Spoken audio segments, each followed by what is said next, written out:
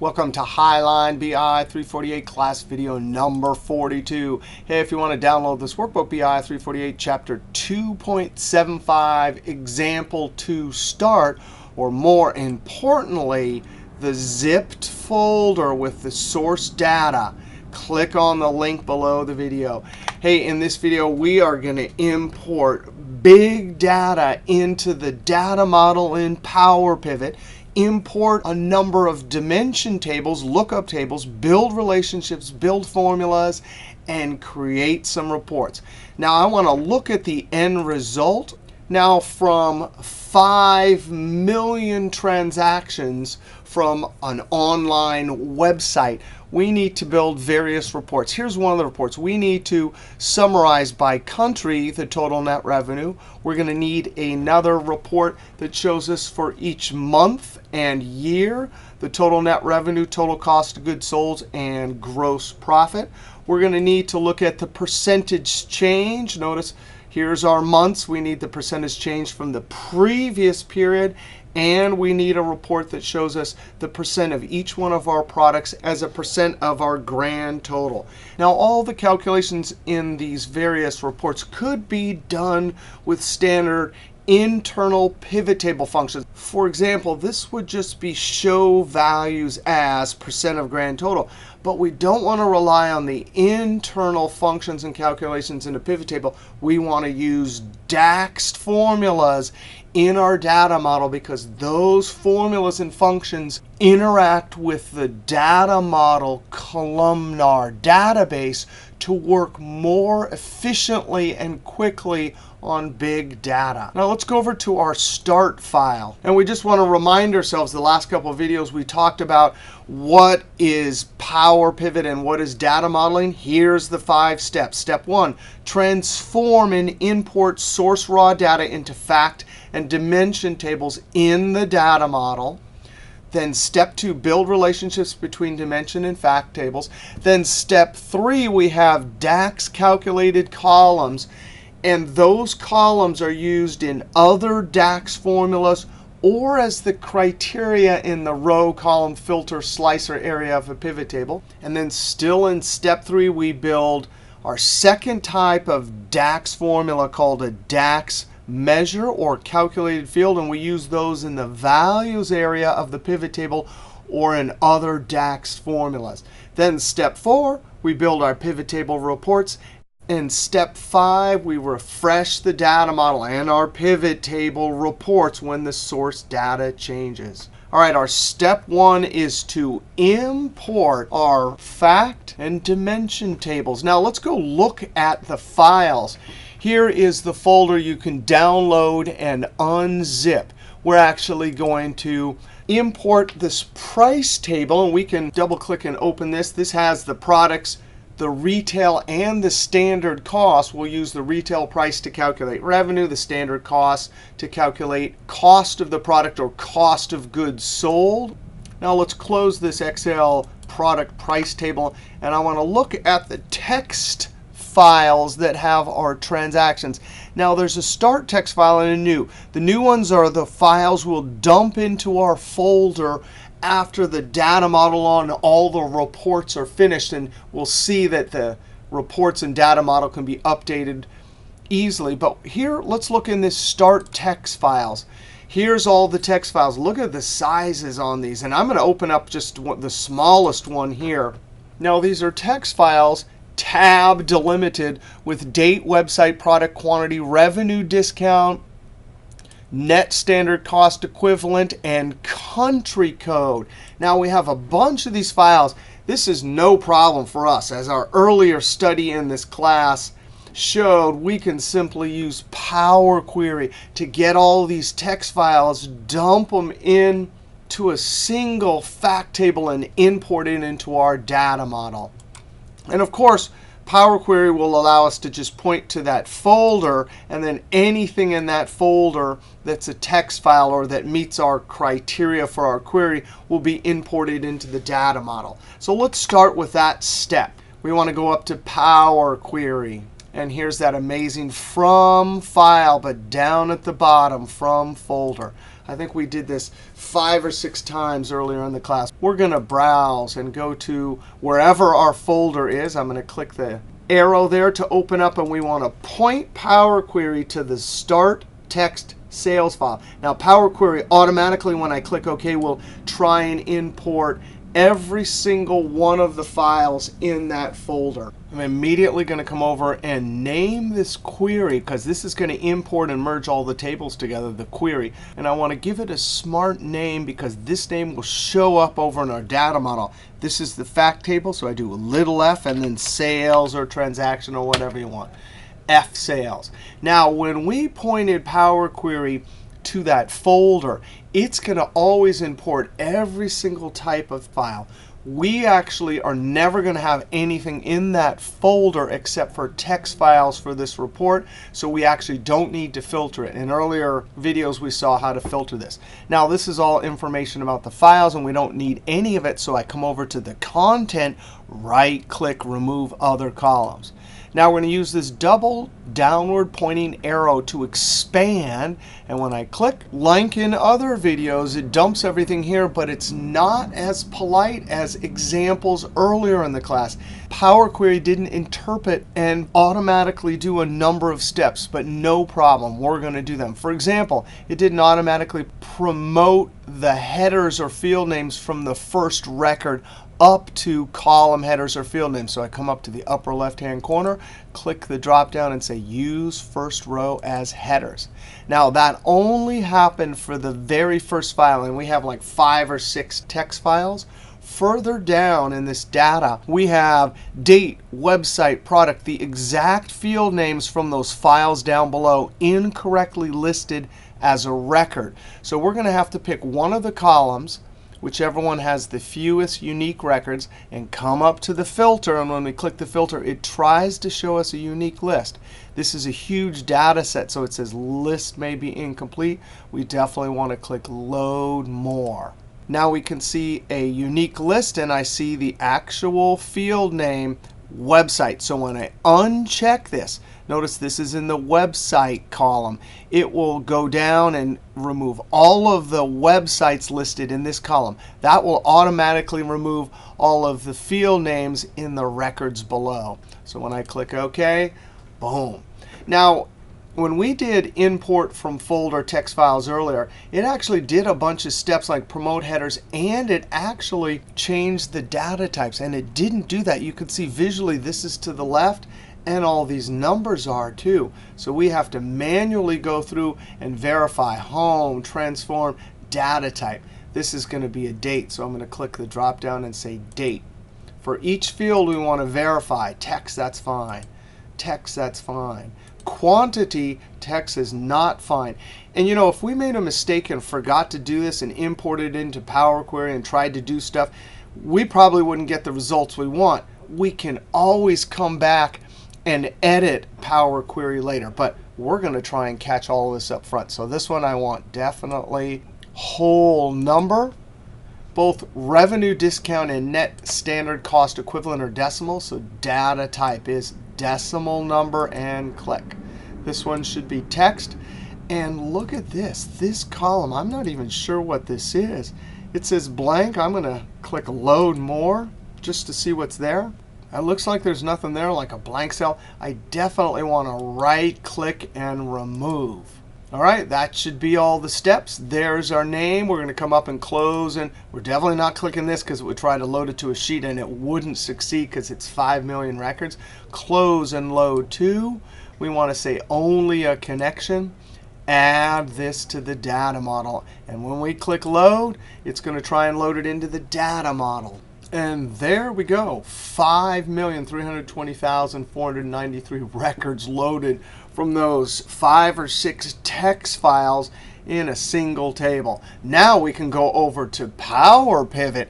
When we click this, it opens Manage Data Model. And there's our table. You can see down here, it's got the 5 million plus records. Now, we don't really need to do anything to these columns, except for I am going to change the formatting here. So format, I'm going to click, let's say this one right here.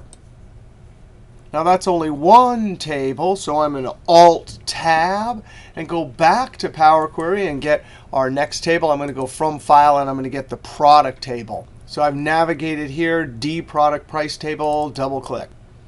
There it is right there. I'm going to select it and click Edit. Now notice it took D product price. That's from the sheet name. Here's the steps, and notice it promoted headers and changed type. This data set is fine the way it is. Come up and close and load to. And I want to only create a connection and add this to the data model. Click Load.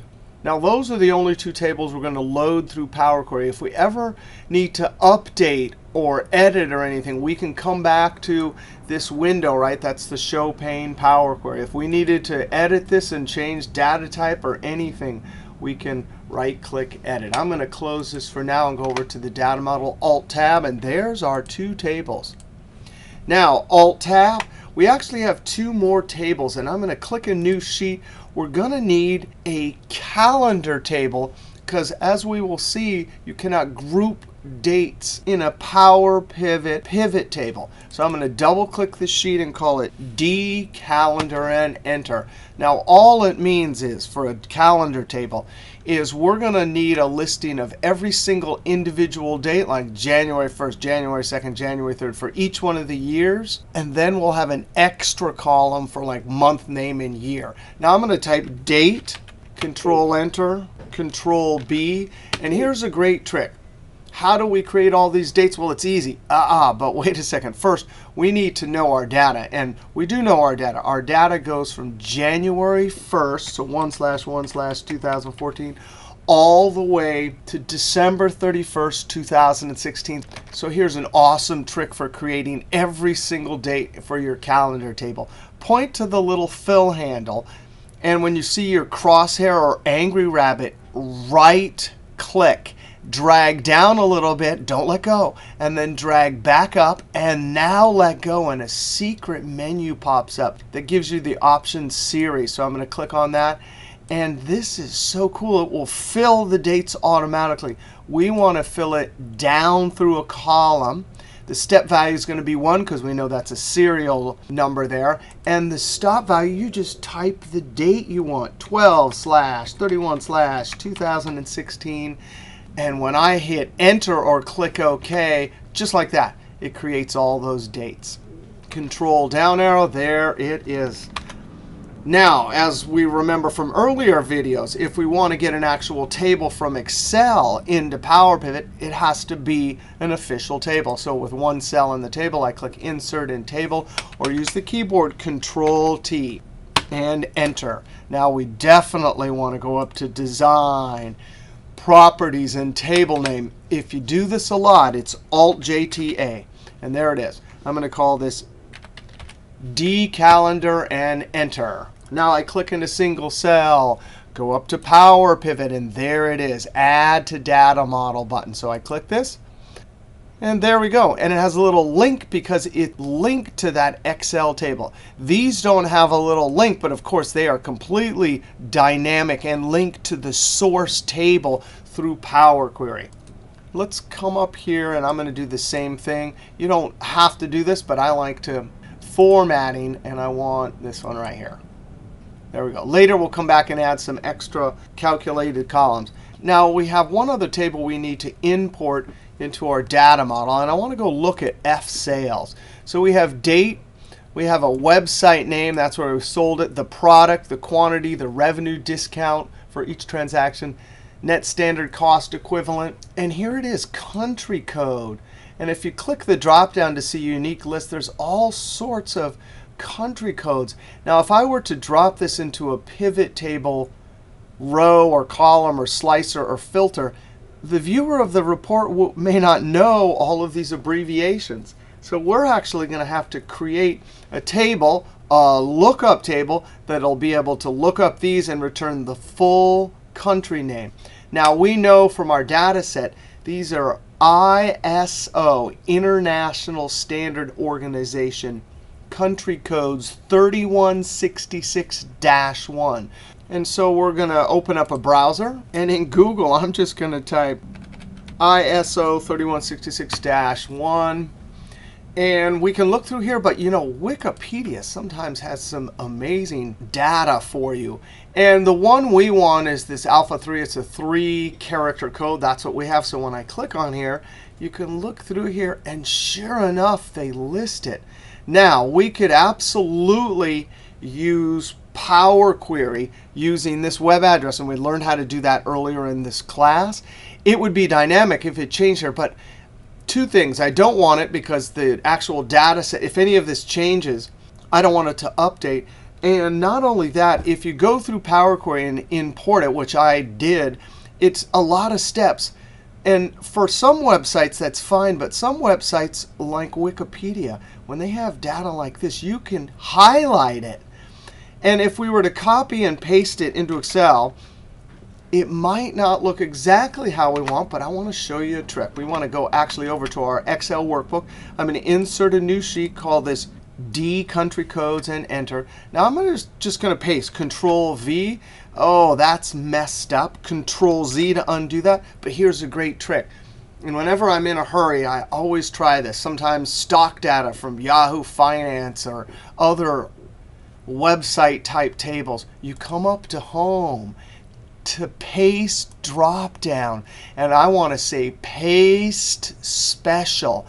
And if you paste it as a text, oftentimes the website designers knew that people would copy and paste. If you paste it as text, boom, instantly in a correct, proper data set.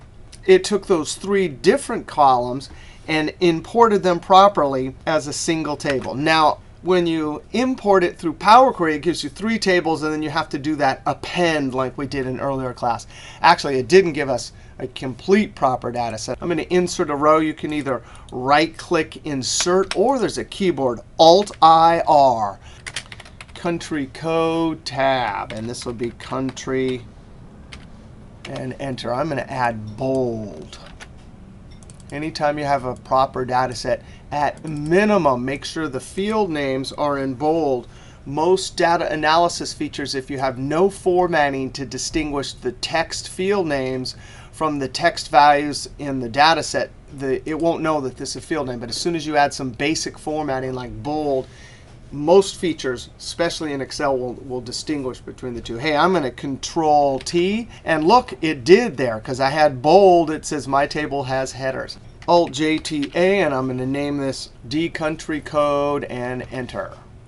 Now I can come up to Power Pivot, add to Data Model. And just like that, there is my D country with a little linked. Now we have our fact table and our 1, 2, 3 dimension or lookup tables. Now, that's step 1, importing, getting all your data here. And this is all dynamic. If any of that stuff changes, we can refresh. Now, step 2, we have to build relationships. So I'm going to go up to Diagram View. And here is our fact table. And we have product with retail and standard price. That's the dimension or lookup. There's our calendar table. And we'll put our D country code. And let's go ahead and expand so we can see all the columns. And this one will actually have a few extra columns. This one will have a few extra columns also later when we add our calculated columns. Now, here's product. This is a unique list in the first column of our lookup table. I drag it over to product where we have many duplicates here. There are many transactions, for example, that sell the quad. But over here in the first column, there's a single entry for quad. Now, date I'm not going to build because I want to show you what happens if you don't have a calendar table. And then we'll come and build a relationship and see that it fixes something quite cool. Country code, I want to click and drag over to the fact sales table. There are many transactions that were sold in the United States. Over here in the first column, there's a single entry for country code and a single entry for the actual full country name. Now I'm going to Control S. Again, later we'll come back and build a relationship there. Go back to Data View. Now we want to go over to the fact table. Step 3 is building our formulas. We have the choice between calculated columns and measures or calculated fields. Now I'm going to pull this up. And the first one we want to do is we want to calculate net revenue for each transaction. That'll be a calculated column. And then we'll make a measure or calculated field for total net revenue. And we'll use that in the values area of the pivot table. So I'm going to double click to add column and name this net revenue and enter. And this is the same formula we did in the last couple videos. It's a similar data set. One of the differences we have in this data set is that we have net standard cost equivalent, because we're going to have to calculate our costs or our cost of goods sold. And we have country. But we had revenue discount and quantity. Now you could see a bunch of zeros because these didn't get a revenue discount. But you could look at some of the discounts in our unique list here. Depending on the quantity, there are different revenue discounts. I'm going to click OK. So we're going to take or look up the price for each one of the products. We can do that because there's a relationship. We'll multiply the price times the quantity, and then times 1 minus the revenue discount. All right, so we're going to click here and equals RE while we're jumping up to the formula bar, and related. Related is DAX VLOOKUP. And because we have a relationship, we just need the name of the table. That's D product price. And the name of the column in square brackets. For us, it's retail price. That's it. The related function, when I close parentheses and hit enter, of course it will know from row context to look up the product name over in that table. And because we said retail price column, it will return it. Now we come to the end. We need to multiply that by, and our convention, even though we're allowed to click on quantity, that's not our convention. Anytime we have a column in a formula, we're going to put the full table name and then in square brackets the field name. We will reserve square brackets alone only when we're using measures or calculated fields in other formulas. And we'll see an example of that just in a moment. Then we need to multiply price times quantity times open parentheses 1 minus F sales, and down, down, down until we get revenue discount. Remember, that's just the discount, like 1%, 2%. So 1 minus will give us 0.98 if it was 2% to give us the actual revenue, not the discount. Close parentheses and enter.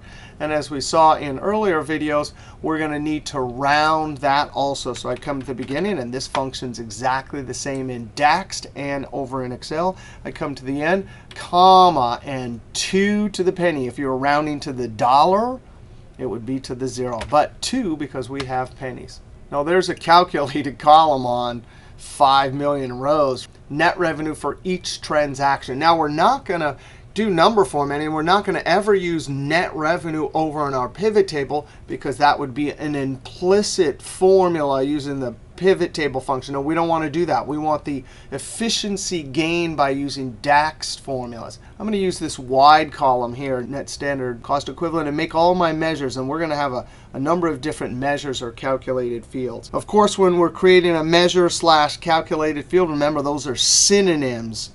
We type the name of the new field, total, and it shoots me up to the formula bar. Total net revenue. And we have to type a colon and an equal sign when we're doing a measure calculated field.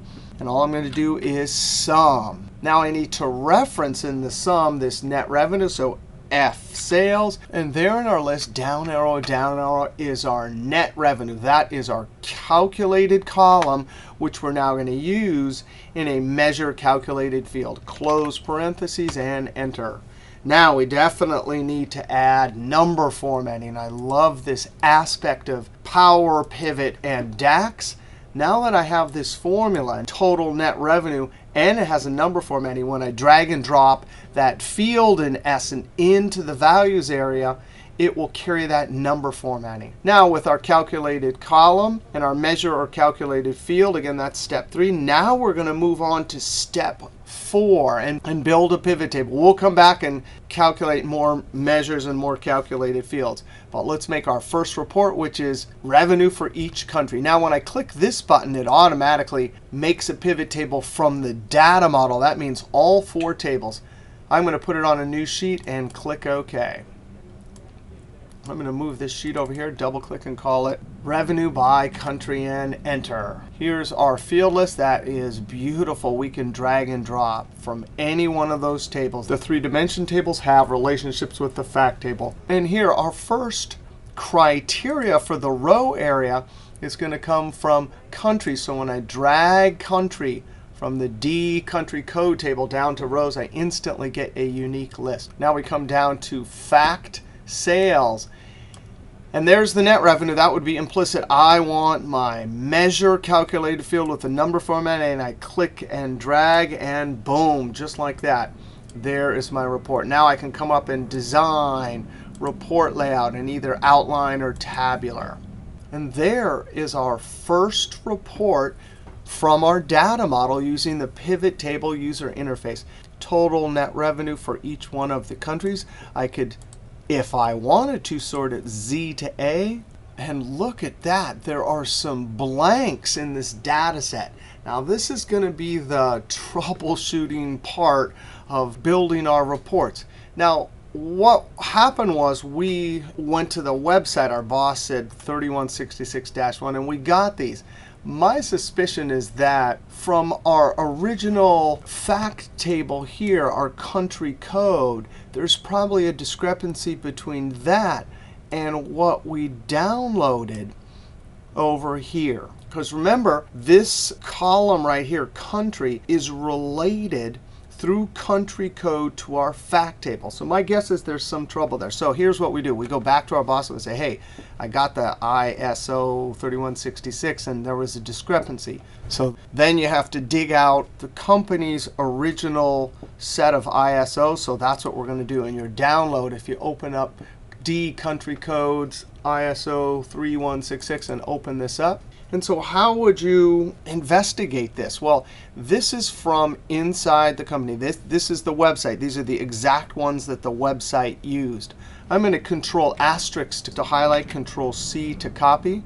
And then I'm going to go over to our start file. And here's the country codes that we imported. I'm going to paste Control V. And since it appears that one of these is not on this list, this is comparing one list to another list. And the function inside of Excel that we use to do that is the match function. So I'm going to ask the match function, hey, is this particular country code right here, comma, and select this entire column, Control Shift down arrow, Control backspace to jump back up. And I want you to notice something totally awesome about this. This is an Excel table, and this is called Table Formula Nomenclature, or Structured References.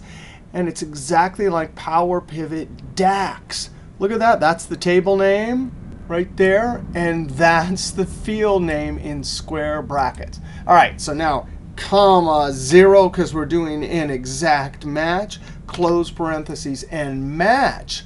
We'll look up the country code over here and tell you the relative position of the item in the list. Control Enter. So USA is the 235th item in the list. Double click and send it down. Those are all the positions in the list. But when we scroll down, NA means it did not find UNR. This is what we use at our website. That's what we want returned in our pivot table. But guess what? NA means it did not find it over here. Similarly, we have APR, APRID. I'm just going to add these two records to the bottom. Control C to copy. And guess what? This is an Excel table. Control down arrow. The whole reason that Power Query and Power Pivot require that you use Excel tables is for exactly this reason. If I add any new records, the table sees those new records, and when I go over to the data model and refresh, it will pull in the new records. So Excel tables are awesome. Control V just to paste it at the bottom, and check that out. It's already part of the table. The other one, Control C. And then click here and Control V. That's also part of the table. Really, the moral of the story is probably that we should have got this list in the first place. But this is a great example of getting your hands dirty with data, right? We were trying to be all slick getting this from the website instead of going and getting the file. But we got the file. We updated.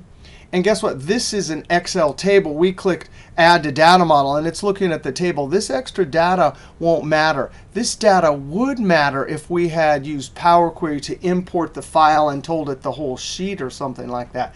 But it won't matter here. Control S. When I go over to the Data Model, I'm going to go to Country Code, click in a cell, and up here, here's the ribbon tabs. And look at that, Link Table. And there's the button. Update selected. Now I could say, use the keyboard or the update all from somewhere else, but I came here because I didn't want to spend all the time waiting for 5 million records to be re-imported. So this update selected instantly updates just that one Excel table. And now when I go over and look at my revenue by country report, the blanks are gone. Now that's pretty cool. All right, so we made our first report. We ran into trouble, and we fixed it and saw the whole dynamic nature of source data, data model, and our end result report. Now, I actually want to take a look at our field list, open up this fact sales table, and notice something. Revenue discount, net standard cost, and net revenue, we're never going to use those. Not only that, but we don't want anyone to use those. So we can actually go over to the data model, and for each table, we can choose which fields to show in the pivot table field list. Alt-Tab, and let's go over to Manage Data Model. Now, let's go to Diagram View. We don't want revenue discount, and I'm going to use the Control key to select columns not next to each other.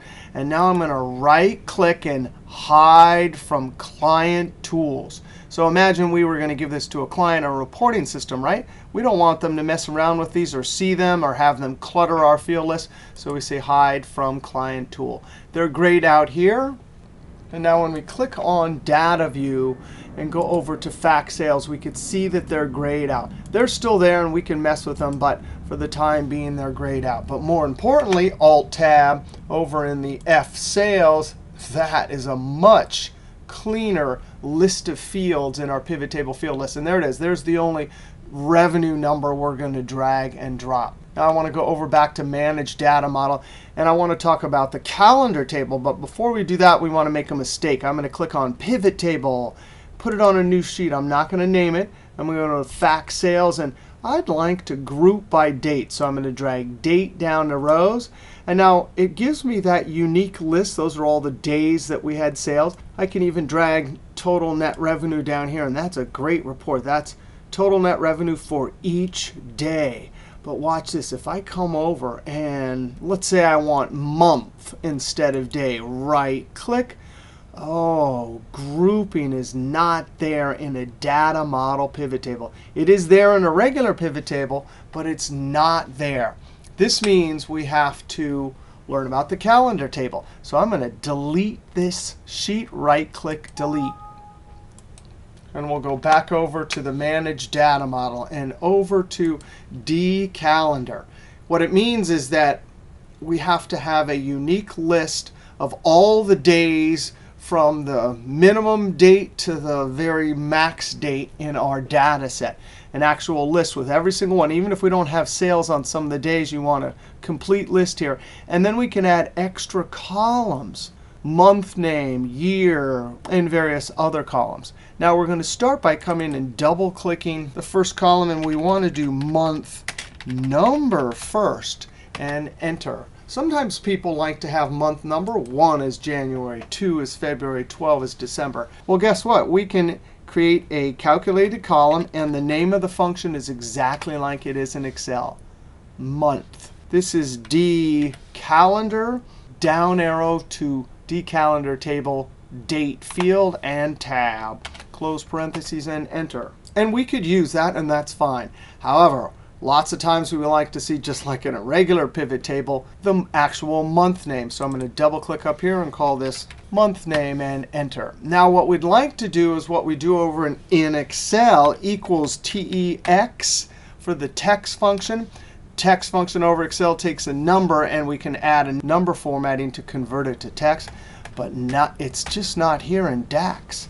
We have to use the new function format. And actually, the text function in Excel describes what text delivers, which is text. But format over here in DAX describes what we're doing to the number. We're going to format it with a custom number formatting for month. So I'm going to put for value, dCalendar, down arrow for date tab, comma. And the format is exactly like we would do over in Excel. You have to know custom number formatting. In double quotes, the custom number formatting for month, 3-letter abbreviations is 3 M's. End double quote, close parentheses. And when I hit Enter, there we go. If you wanted to see the full month name, you add 4 months and Enter, just like over in Excel. I'm going to only have 3, backspace, and Enter. Now let's try to build that same pivot table. Put it on a new sheet. This is exciting. I go to the calendar, and there's month name. Whoa, what is that? It's not sorting correctly? Oh, my heavens. Pivot tables not only can group, but they sort correctly. Oh, it's no problem. Let's go back over to our calendar table. And the way you have to do it is they have this button, Sort by Column. We actually have to tell this text column not to sort alphabetically, but to sort by the month number. So we come up with our cursor inside month name, click on Sort by Column button, and it wants Sort Column Month Name by Month Number. Because, of course, 1, 2, 3, 4, 5, 6, 7, that will get our January, February, March, even though they're going to be alphabetically out of order. When I click OK, and there we go. Nothing changed over here. But when I Alt-Tab and go over to our pivot table, there it is. So that's how you can use a calendar table. You have to add month number, then the month name, and be sure to sort. I need to tell this not to sort alphabetically, but to sort by month number. Alt-Tab. Now we can build our report, total net revenue. What in the world is going on? So you can see the yellow button comes up. And earlier in the class, we saw this. There is no relationship. Yeah, when we first went in step 2 to create relationships, we didn't create the relationship between the date calendar table and our fact table. So we're going to go back over to Manage Data Model, over to Data View. Now we can drag date right over to our fact table. A one-to-many, there's exactly one of each date. And over here, there are many. Through that relationship, now the fact dates will know to get the right month name. Alt-Tab. And there we go. Instantly, it updates. All right, now let's get rid of that row labels. Design, report layout, show in tabular. Now, what our goal here is to have month and year. So we go back over to our calendar table, go to Data View, and we can add yet another calculated column. We'll call this year. Enter. Equals, and this functions exactly the same as it is over in Excel. Year looks at a serial number. We'll look at dCalendar and then the date column. Close parentheses and Enter. And so now we will get the year. Alt-Tab, expand dCalendar. Now we can drag year down to columns. And look at that. We have our 3 years and our months. Now, you know, we're not going to need month number, so Alt-Tab, Diagram View. We come over here, month number, right-click, Hide from Client Tool. Data View. We can see that one's missing when we go over to our pivot table. Boom, there it is, the date, the month, and the year. You know, here's another thing. What about month name? That's helpful for us. But probably we don't need it over here in the field list. So let's go back over to Manage Data Model. And I'm going to double click and change the name. Alt-Tab, dCalendar, and that's looking much better. But this is not looking much better. We need to drag and drop down to rows, and there we go. Now, our next report is going to involve a couple more DAX measures or calculated fields. So let's go back over to our Manage Data Model. And on F sales, we're going to come down here, and we have to calculate total cost of goods sold. But first, we're going to come up and do a calculation for the individual transaction cost of goods sold. I'm going to call this cost of goods sold. COGS, and enter.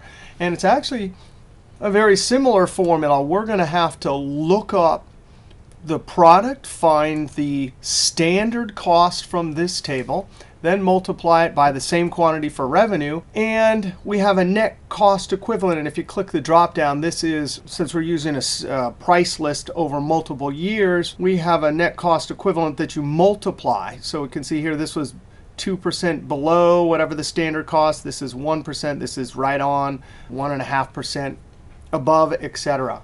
So same type of formula, round, related. The one difference is that this is a cost equivalent. So there is no 1 minus. This is the 1 minus the discount. So equals related. There's our VLOOKUP. DP for product price. And I need to go down to the standard cost and tab. Close parentheses and enter. And of course, that gives me the standard cost for each. Up in the formula bar, times F sales, and I need quantity, tab, times F sales, and I need the net standard cost equivalent. And if I hit enter, boom, that'll copy all the way down. There is our cost of goods sold for each transaction. But of course, we want to round. Tab, we come to the end, comma 2, close parentheses, and enter. Calculated column, we're never going to drop this in the pivot table. We're going to make an explicit formula down here. Measure or calculated field, those are synonyms. We type the name of the field first, total cost of goods sold. I'm up in the formula bar, colon, equal sign, and then sum, tab. And from the F sales, we can go down and get our new calculated column, cost of goods sold, and tab, close parentheses, and enter. We want to add some number formatting. Come up here and use English. Now, guess what? We have two measures or calculated fields, and we want to calculate gross profit. So gross, I'm up in the formula bar, gross profit, colon, equal sign. And guess what? This is the first time we're going to use a measure or calculated field in another measure or calculated field. So this is where our convention comes in. We do square bracket. And you could see down here, it has a big M. That means this is a measure. And I need to take total net revenue minus square bracket T.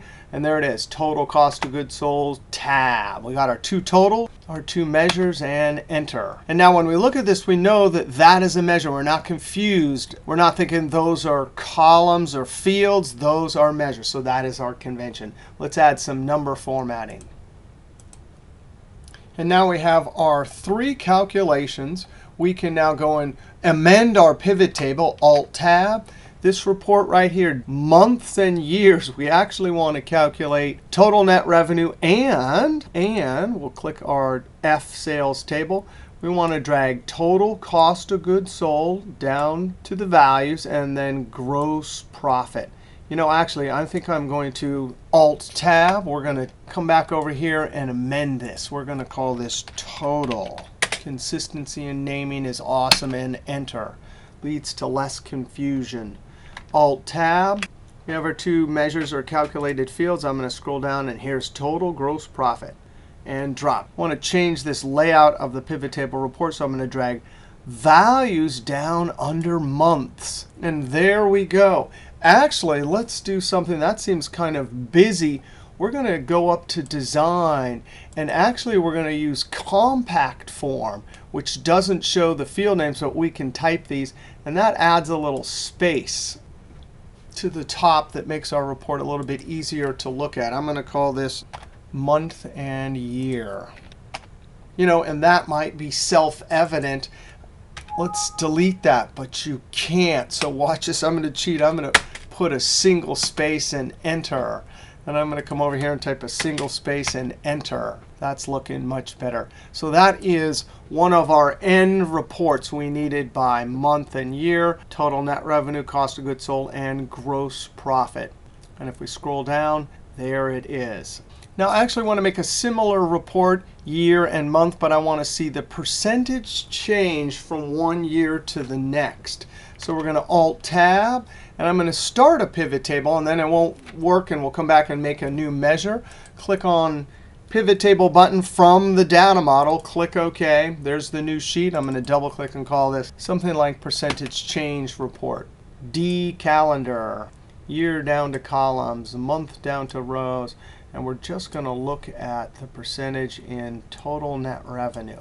And actually, let's bring years over here because we're actually going to want it oriented totally vertical. Now, when we make this report, since we start in 2014, we can't, and we don't have 2013, we're not going to have the numbers for percentage change. So I'm actually going to collapse this. But here, we want, actually, we'll collapse this in the final report. But here's what we want. We want to actually be able to take the January from this month, the end amount, divided it by the January from the previous period, and subtract 1. And that tells us the percentage change. But again, we don't want to use internal functions or calculations in the pivot table. So we have to figure out how to do that formula in DAX. Now, here's the amazing thing about DAX, data analysis expressions, which means data analysis formulas. There are some amazing functions, and one of the functions is same period last year. That's actually the name of the function. It will actually, remember, it's as if it looks at that number and knows to automatically go back 1 year and get January. And if you change the date criteria, it knows to go back to whatever that period is. It's going to be an amazing function. But here's the thing. The way that DAX functions work, and we talked about this the last 2 videos, is in that cell is a measure or calculated field that sees the criteria from the pivot table. So it sees January 2015. So we actually have to have a formula that can change the filter context. And in our formula, we'll actually use our total net revenue that will see the filter context. But in the denominator, I need to somehow go back and get the previous year, which means in that cell, I need to actually get the criteria January 2014. And the 2 functions that we're going to use are calculate, and calculates the function that we use to change the filter context, which means change January 2015 to January 2014. And inside of calculate, we'll put the total net revenue. And then in the filter argument, we'll use a function called same period last year. All right, so there is a way to actually do that. Let's go back over to our managed data model. And below here, I'm going to type total up here in the formula bar space, NR for net revenue last year, colon, equal sign, and we need to use the calculate. Now, the calculate function does amazing things. We're going to see a couple examples in this video here. I have a reference video you can watch for other examples. But the expression is where you put the actual calculation, and that's going to be total revenue. So we do square brackets, total, down, down, total net revenue. Again, we're following our convention right there. We used our square brackets so we know it is a measure or calculated field. Now, comma, and you can change the filter context in the pivot table. And here it is. Same period last year. You got to be kidding me. And since the filter in the pivot table comes from the date table, you just have to put DC and the actual primary key in that column. And it will know to switch the criteria to the same period last year. So there it is. There's our filter. There's our calculation and the calculate function. Close parentheses and enter. Now, the answer there, and let me format this. Since it's same period last year, if you added up everything, which is that right there, and subtracted 2014, that would be that answer right there. Because it can't find anything for the year 2014 because we don't have 2013 records. All right, now let's go over and just see this in action. I'm going to go back over here and open up our field list. And there it is, total net revenue last year. And drag it right down here. Of course, we get nothing there, but look at that. That's exactly the number we want right there. Exactly the number we want. So now we have these 2 measures, total net revenue and total net revenue last year. We can do our division and subtract 1. So let's go back over to Manage Data Model. I'm going to do a new formula over here. I type percentage change. It jumped up to the formula bar, colon, equal sign, square bracket T for total net revenue. And that's the end amount. And then we divide it by square bracket T. And we want total net revenue last year, subtract 1. And when I hit Enter, I'm going to add percentage number format with 2 decimals. Now Alt-Tab, and we can drag this new one, percentage change. And look at that. We're going to get an error. All right, and how we're going to fix this is we could use the if error function. And if you watch my videos at YouTube, I've talked about the problem with if error over in Excel. And it's the same thing over here. It oftentimes takes a long time to calculate because it actually has to calculate the formula and get the error every single time. So if there's an alternative to running the formula and getting the error to determine whether to turn this off or not, meaning there's an alternative logical test, you should use it. And guess what? Same period last year is equal to 0. So we'll use the if function and simply check. Is that equal to 0? If it is, we'll put a blank here. Otherwise, we'll run the formula. Alt-Tab. So we come up here, and after the equal sign, if. And now square bracket T, and I'm going to arrow down to total net revenue last year. If you're equal to 0, that's the logical test. It comes out true or false. Comma. And guess what? In Excel, we would put double quote, but that is text. And since the result of this formula here is a number, you are not allowed to have 2 different data types coexist. Now, if you think over to Excel, if you've ever done a pivot table and tried to group dates and there's an empty cell, that's an example of where Excel let you have 2 different data types, but it caused huge problems. So that is an actual awesome thing over here in PowerPivot. You cannot have text and numbers coexisting together. So backspace, backspace, they fixed it because now there's a blank function. And that is neither text nor a number, so it will work. Comma. And then, of course, if this comes out false, which means it's not equal to 0, then it runs the formula. All right, so I'm going to hit Enter. And now when we Alt-Tab, there, it's disappeared. Now we can collapse this and scroll down, and there are our percentage changes. Look at this. From the March previous, we just had a huge increase. And then, of course, the following period, we went down. Now, I see that the row labels are gone when we pivoted our pivot table. I'm going to do a little trick with a space there and then Enter. All right, now we have one last report we want to create. We want to, by product, show the percent of each sales for each product as a percent of the grand total. Now, one thing that we're going to have to do, and we can go ahead and come back over here and click the pivot table, click a new sheet, double click this and call it percent of grand total and Enter. We can come over to our product price, drag product down here. We can drag our F sales, total net revenue down here. Design, report layout, show in tabular or outline. What I really want is just to take each one of these amounts and compare it to the total. Well, if we're talking DAX and the pivot tables based on the data model and DAX, if we had the total revenue, that would be fine in each cell because, of course, the formula sees the filter context. But how in the world are we going to get access to the grand total?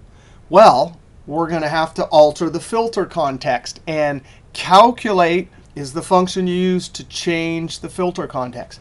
Not only that, but just as there was a same period last year that got the number from the previous year, there's a function that can strip away all of the criteria. It's called all. So now we're going to go over and we're going to build a formula that when we drop it into the pivot table has the grand total in every single cell. And then we'll use that with total net revenue. Total net revenue will be the numerator. This calculate all with the grand total will be the denominator. And boom, that will be our percentage of grand total formula. So Alt-Tab to go over to Manage Data Model. Click down here. Percent of, so I'm typing percent of grand total, colon, equal, and then C for calculate tab, the expression, square bracket, total, and we want the total net revenue. And comma, the filter, we only have one field dropped into our row area. So we can use the all function. And you can read the little screen tips. They have them just like they do over in Excel. It will take away all of the filters or criteria from the filter context. All right, you can have a table and then specify columns, but we're just going to put the table. What is it? It's product, so it's DP, and there it is. T for table, tab, close parentheses. That filter is the all. The all will say, hey, strip away all the criteria from the products table. Total revenue will then be calculated without any of that criteria, which of course is the grand total. Close parentheses and enter. Add some number formatting. Alt-Tab. Let's go ahead and just drag this and see what happens. Percent of grand total. The same one all the way down. All right, I'm going to drag this off. Alt-Tab.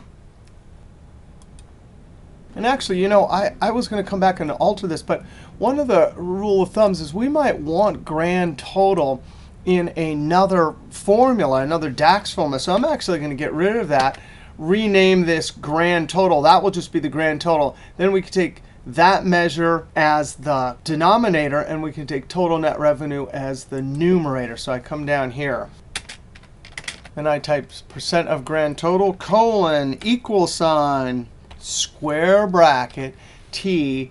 And now remember, this is total net revenue. That sees the filter context. So when it's dropped in there, it calculates the total net revenue for whatever the product is in the row area. We want to divide it by square bracket G for grand total. And when I hit enter, it gives us 1. It doesn't have any filter context. I'm going to click the percent to show 2 decimals. Alt-Tab. Open up F sales. And down at the bottom, percent of grand total. And look at that. There is our percent of grand total. All right, now that's our final report. I want to save this. And now we're going to drag some new folders. So when you download this, here's the text for the year 2017.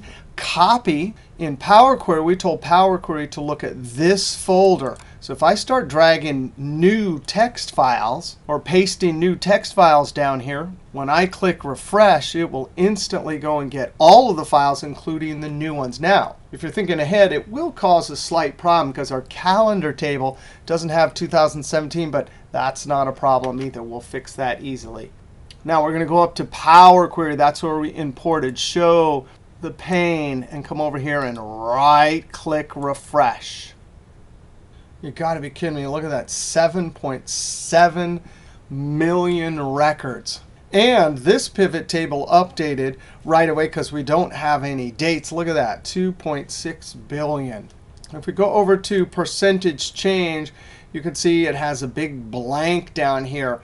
We need to fix our calendar table. But no problem. Control down arrow. Remember, this is an Excel table. I'm going to do the same trick we did before. Right-click the fill handle with my crosshair or angry rabbit. Click and drag down one. Bring it back. It says series. I'm going to take it. Columns, because I want to fill down the columns. And the stop value is going to be 12/31/2017. And when I click Enter, just like that, Control down arrow, the table has expanded.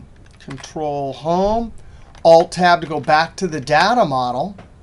This is one of the tables we imported from Excel. So I come over to the table, Link Tables, and I say Updated Selected. And now it's updated. When I go over and look at my percentage change, just like that. That is just amazing. It totally updated. And it's running on over 7 million records there. If I want to add a slicer, I'm going to go up to Analyze. It's Filter Group Slicer, and I'm going to add by country. Click over on All. Here's our country. Click OK. I might change this to 4 columns. And now I can click on any one of these. And what's happening when I click on Change the Criteria is it's recalculating on the 7 million records. I mean, that is just amazing. All right, that's quite an epic video. We created 1, 2, 3, 4 final reports. We saw how to take tables, country codes, and calendar table from Excel and get them into the data model. We used Power Query to get an Excel table and 7 million rows of data from text files. And of course, manage data model. On the fact sales, we, of course, did our diagram view to build relationships between the fact table and our dimension or lookup tables. In data view, we have our 4 tables, various calculated columns. We built our measures or calculated fields. These 2 calculated columns were used in the measures we had down here in the measure grid. Over on D calendar, we had some calculated columns, and we used these as criteria in the row column filter slicer area. Wow, that was amazing. If you want more about PowerPivot, because this kind of just scratches the surface, I have a video playlist, and video 9 and 10 go a little bit further, especially with the calculate. But then, of course, the books that I listed in the PowerPoints, the reference books from Russo and Ferrari, are a must. All right, we'll see you next video.